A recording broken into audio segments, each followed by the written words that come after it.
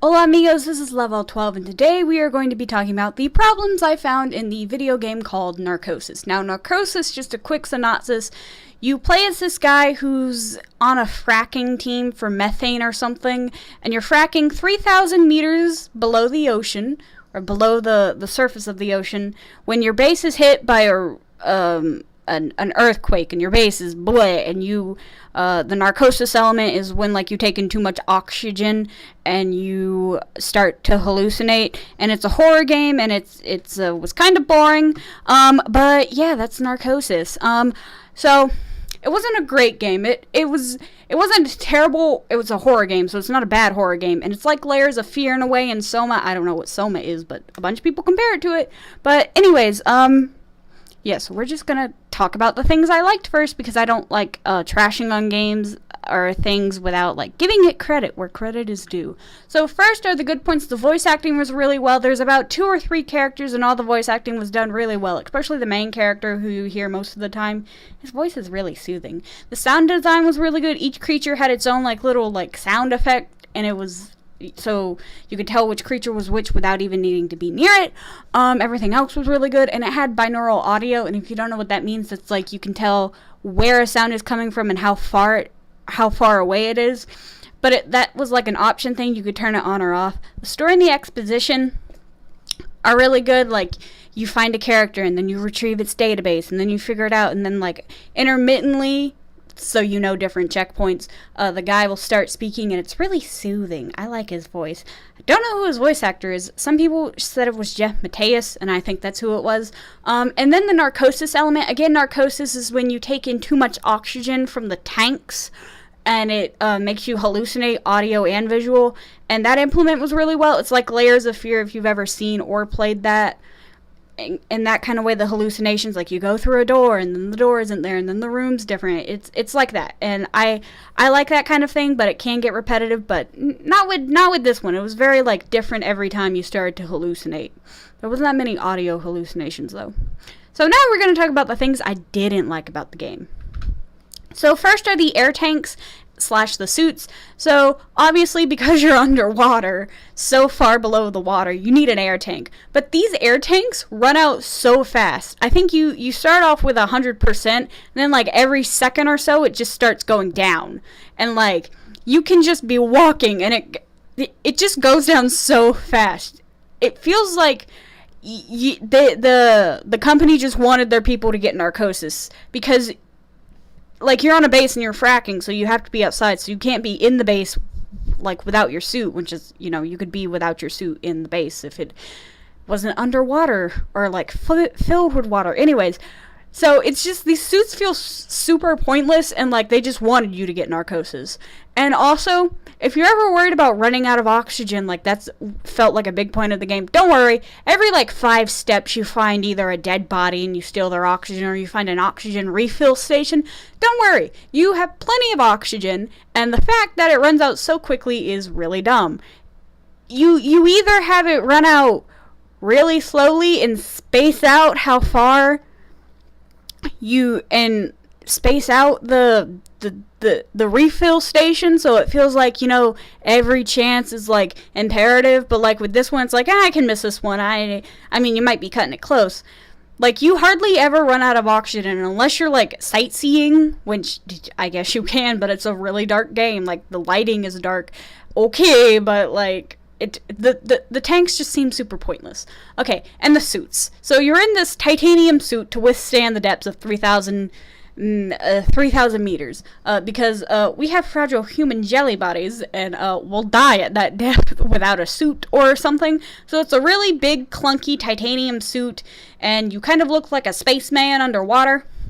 And it's made out of titanium, and it's made to withstand the depth of exactly 3,417.03 meters. But these spider crab boys, which are little spindly things, can break it no problem. Like, granted, they're breaking the glass half of the time when they attack you. But still, why isn't the water pressure breaking it? And when they just like hit it, it breaks. It's so dumb. It's like really fragile, and it makes me And these spider crabs are the only thing in the game that can kill you. Like, yeah, there's the anglerfish and the squids, but, like, these are the only, like, things in the environment, like, even without the earthquake and the hallucinations and all that jazz, these are the only things in the game that could kill you. One would think that this suit's made by the company would, like, figure out the things that could kill the people they're hiring in the ocean so there's no lawsuits, and, like, make suits that can both withstand the depths and the crabs, whatever. But these suits are made out of titanium, and titanium is really strong, and it's dumb. Also, the suit it blocks the player's vision. Like, you can't see the feet, and you have very limited view of anything around you other than straight ahead. And, like, if you're Oculus Rifting, because this game was originally made for the Oculus Rift, that'd be fine. But most people either couldn't get their Oculus Rift to work, or they don't have one because that's like a $200 thing, and Oculus Rifting in general sucks. So, why? It's annoying. The suits, I mean, I understand why they need to exist, or it'd be a very unrealistic game. But the suits cause so many problems for the player that they could have just been simplified and just be like, simplified for game's sake. But, like, they're overly complicated, and even the crabs can still do the thing. Speaking of the crabs, I'm about to go to that slide, and the crabs, they kind of scare me, and I know they live very far down under the ocean, but I still think there's one behind me right now. So the spider crabs, these boys, it's not the size that I'm upset about. They're actually really big in real life. They can be up to 42 pounds, these spindly boys. But the biggest thing about them that I first thought was, do they live 3,000 meters under the water? Because I know the anglerfish does and squids do, but this boy, 3,000 meters? No, the farthest this thing has been known to travel is about 700, and they're usually under, like, 300, but they can go to the surface. So yeah, first of all, they don't go 3,000 meters under the water. That's unrealistic. Second of all, these things are docile creatures. I mean, like, when, like any creature, if it feels threatened, it'll attack, like with its pinchers. Like, the pinchers can pinch off people's fingers, like most crabs. But in general, these things are docile creatures and do not attack people out of nowhere. Granted, sometimes in the game you do go to their, like, little like homes where their babies are, and that's super creepy. Like, this game does a good job of unsettling you with these things along with the little hallucinations. But these things, yeah, they don't attack unless you attack them, and sometimes they're encroaching on your territory and they attack you for no reason. Like, you can literally, like, just turn around and it's there. And I mean, like, you can hear it, like the They make a little, like, weird sound, a little scratching sound, and it's great. It's great game design, but, like, they don't attack you out of nowhere. That's my biggest issue with this. But they were, like, good villains for what they were, but also they attack you. Like, your suit, again, I felt should have been able to withstand these things, because they're the only enemy in the game that can actually kill you before, like, the earthquake and all that jazz. So, again, one would think that the company would make suits that can both withstand the pressure and these spindly boys, but apparently not. But I will say, in the game's defense, they are creepy, and they do a good job at being creepy. We love creepy things in horror games. These things are just weird, and they were one of my biggest problems with this game. They're not portrayed correctly, but I guess it works. I don't know. So next is the gameplay. Lynch. If your gameplay has an issue, there's something wrong with your video game. I've made games before, and yeah, they weren't good games, but I knew what was wrong with them. So, the thing is, it's really dark. Like, I get your 3,000 meters under the water, but one would think that the suit came with a really strong flashlight so you could see, but no, you can barely see 2 inches in front of your face, and it's really dark and really confusing, and it was super annoying. And, like, again, your oxygen runs out super fast, but if you go off the beaten trail, it's hard to get back. You either fall into a pit of lava or a spider crab home, and your oxygen runs out, and they start you over. This game has a terrible, like, starting position. Like, it starts you back super far from where you're, like, supposed to be. That's another problem with the game, and it's just, it's annoying. Also, unless it's a hallucination sequence or you're in one of the compasses, because there's like compass 1 and compass 2, it's more or less just a walking sim down the ocean floor. And I mean, that's not bad, I mean, if things were happening, but you're either using flares to avoid spider crabs, or you're just walking and, like, trying to, like, avoid the squids and the anglerfish that you can just stab with your knife. And I get it. It's because of the suit that you're slow, but, like, it's annoying. I mean, you have thrust, but the thrust have a cooldown about 10 seconds, I think. And, you're just really slow, and you can't keep on thrusting, because that's dumb. But, like, it's annoying how slow you walk, and because you walk super slow, your oxygen, even though you walk super slow, your oxygen is still going down by the second.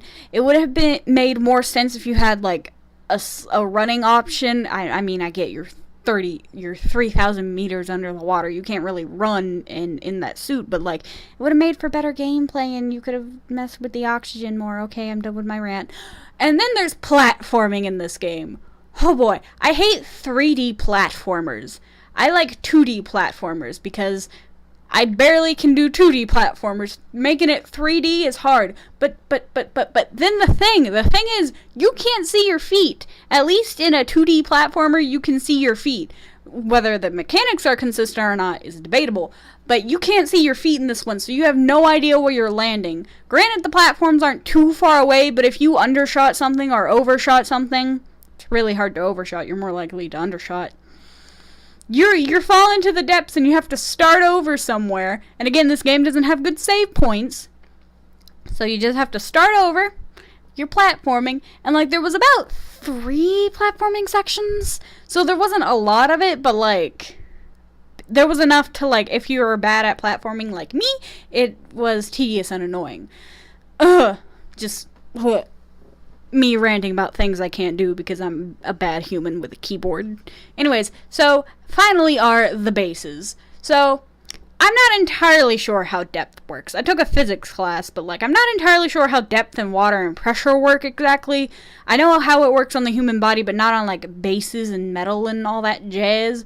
But I felt like the bases, like compass 1 and compass 2, were too large for what, I mean, like, yeah, you needed a large base to, like, frack and all that jazz, but usually the large bases are on top of the water and you have tubes going down to do the fracking, but, like, your bases were really large, like, super, super large. Like, the top picture is an exercise room. Why do you need an exercise room under the water? I don't get that.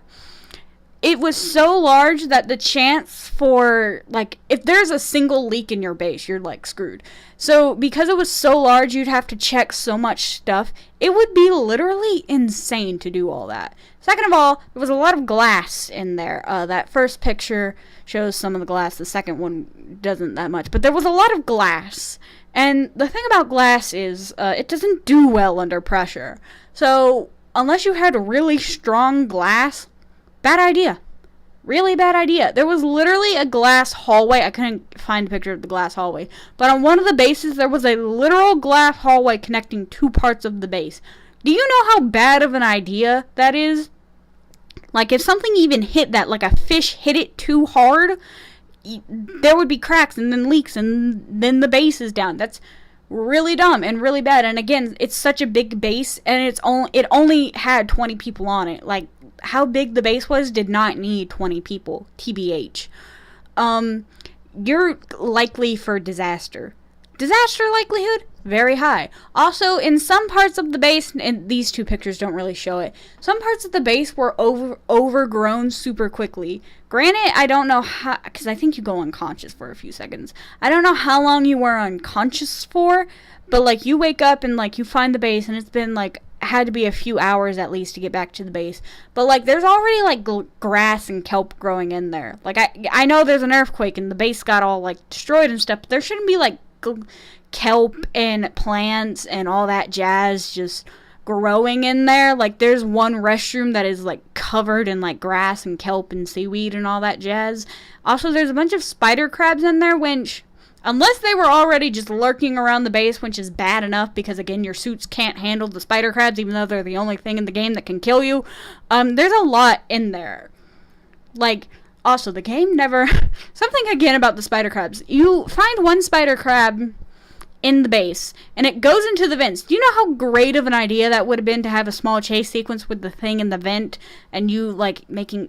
whatever. That's just my horror instinct of what would, like, make me annoyed or make for good gameplay, but whatever. So that was how I felt about Narcosis. It wasn't a bad game. Again, it wasn't a bad game, but it wasn't a great game. It was like an average game. If you want a quick scare and you have, like... It was also pretty short.